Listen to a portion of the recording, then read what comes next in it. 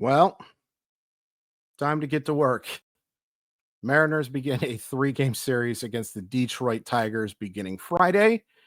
The Detroit Tigers have been as good as anyone in the American League, really as good as anyone in baseball. And now you've got three games against them after you were just swept by the New York Yankees.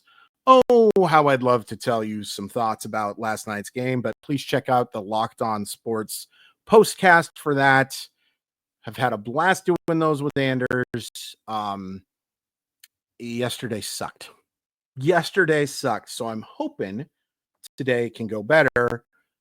Oh, by the way, they have to take on a certain pitcher by the name of Tarik Skubal, who they have beaten once before. They have beaten once before this year, but this is tough.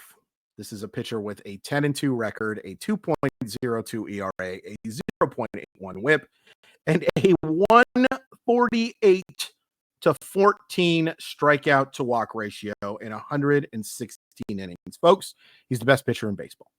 He is the best pitcher in baseball, and we'll talk more about him in a second. But first, I want to thank Simply Seattle, the very best in Seattle sports gear.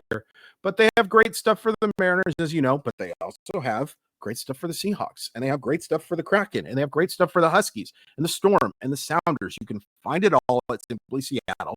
And then all you have to do when you're ready to check out, you're not ready to check out quite yet because you have to type in code MOLLYWOP15 and you save 15% off your order. MOLLYWHOP15. Support a great local business. Support great local people. SimplySeattle.com. Link in the description. Okay, we'll talk about Skubal in a second. So remember last year, I kind of had a little bit of a tissy fit because the Mariners lost a couple series to the Tigers and were very fortunate to even win just one game of that series on a very poor play from Ryan Vilade of all people. But remember how mad I was? Turns out the Detroit Tigers are actually a pretty good baseball team. They're 59-35. They are 13 games up on the Kansas City Royals, who I picked to go to the World Series. That's probably not going to happen. They have been awesome. They are coming off winning 2 of 3 against the Rays. Before that, they swept the Guardians. They've won 5 straight they've won 5 of 6 because they lost that last one. Sorry about that. They had a 5-game winning streak, and now they don't. Taking a look at the offense, they are 6th in runs scored. They are 9th in on-base percentage. They are 6th in slugging. They have a 252 batting average, which is in the top 10. I'm still not used to that, but hey, that's the world we live in. So that's good. Their pitching is great. Their ERA of 3.45 is second in baseball. They have the 9th best batting average allowed of any staff at 235, a 1.20 whip, and they are tied for 18th with quality starts and 31. They've dealt with some injuries to their pitching staff, but they've got some guys who can pitch. And let's just get into it. Tarik Skubal. I gave you the numbers, but let's take a look at the Savant page. And instead of just pausing it, I'll type it up as I'm telling you how flipping good a University of Seattle player is. You know, he's got a chance to be number 2. I don't think he could ever pass Elgin Baylor as the greatest University of Seattle player. And all due respect to my buddy Anders Hurst, who is a soccer player over there, Tarik Skubal's passed you, bud. Tarik Skubal has passed you. Just a few more numbers.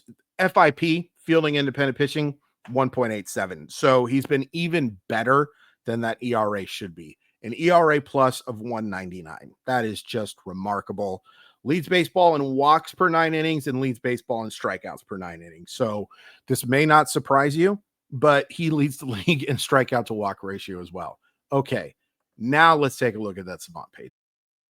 Pretty good. Number 1 in pitching run value, 38 runs above average. Number 1 in off-speed run value, 18 runs above value. Expected ERA is in the 97th percentile. Average exit velocity is in the 97th percentile. Strikeout percentage of 33.9 is in the 95th percentile. Walk rate of 3.2 is in the 99th percentile.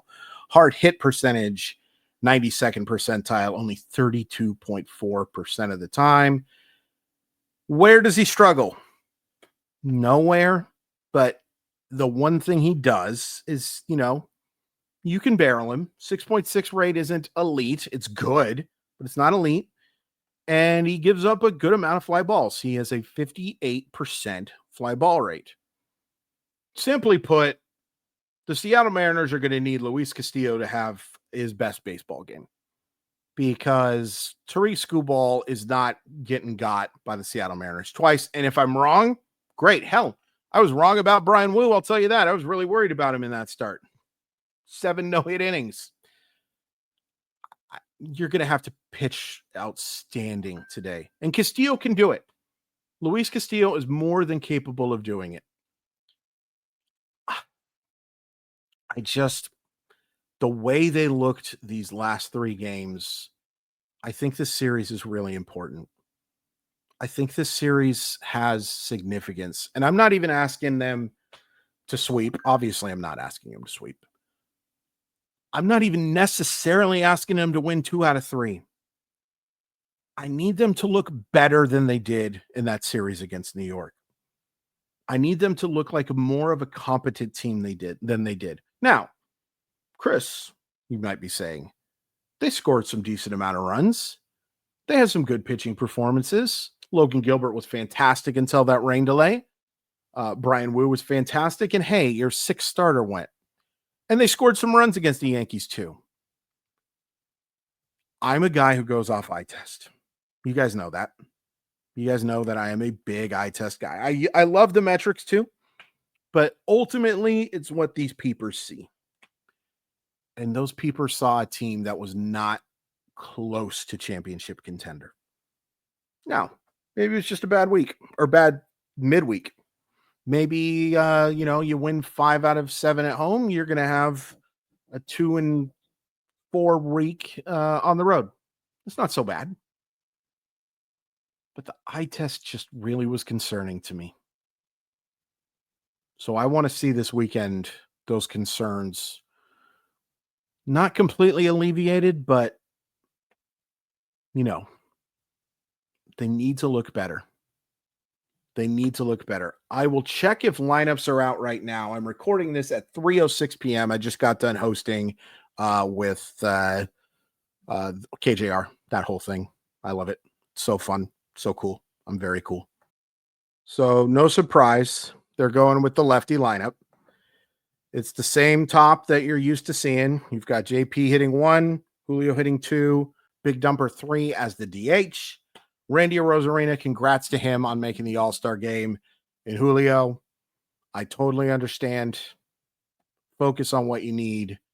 Ignore people who are not very nice. And then Mitch Garver is hitting 5th. Jorge Polanco 6th. Solano hitting 7th. Dylan Moore hitting 8th. Ben Williamson 9th. That bottom of the lineup is scary and not in a good way. I know Solano's been a lot better lately. Dylan Moore has had moments of success, and I think the Ben Williamson experience overall has been a positive. Those guys against Tarik Skubal, and I believe Dylan Moore homered off of Tarik Skubal the last time they played. It's a different player. I need to see Julio, and it's worth pointing out that he had a little bit of a calf injury. I need to see Julio, Big Dumper, and Randy really go off tonight. That's your only shot, is those all-stars playing like all-stars. This is a scary one. And hopefully, I'm scared for no reason. Please hit like, please hit subscribe. Really appreciate it. A little bit of a shorter one. I'll be honest with you. My voice is pretty tired and I got to save it for going solo for the postcast tonight. Not that I'm not prioritizing you guys, but I'm tired. I'd like to take a nap. I really like this hat, by the way. Thank you, Simply Seattle. This is a really good hat. Hopefully this is a really good series, or at least a competent one. I'll settle for competence.